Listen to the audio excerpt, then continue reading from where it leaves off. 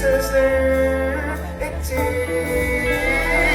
Şaşırdım, fazlasıyla ayıp ettin. Her şeyi sen bana saygısızlık